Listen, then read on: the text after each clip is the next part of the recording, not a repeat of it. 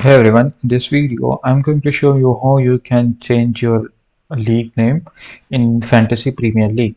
First of all, you have to log in into Premier League and from there you have to go to Fantasy. After that, you have to scroll down a little bit. Scroll down, scroll down, scroll down. No, you have to go to pick team. If you don't find in status, you will be get to see this admin panel. Go in that. From here you can just change your league name from here. Uh, just select your shots, black and white, and just update the details.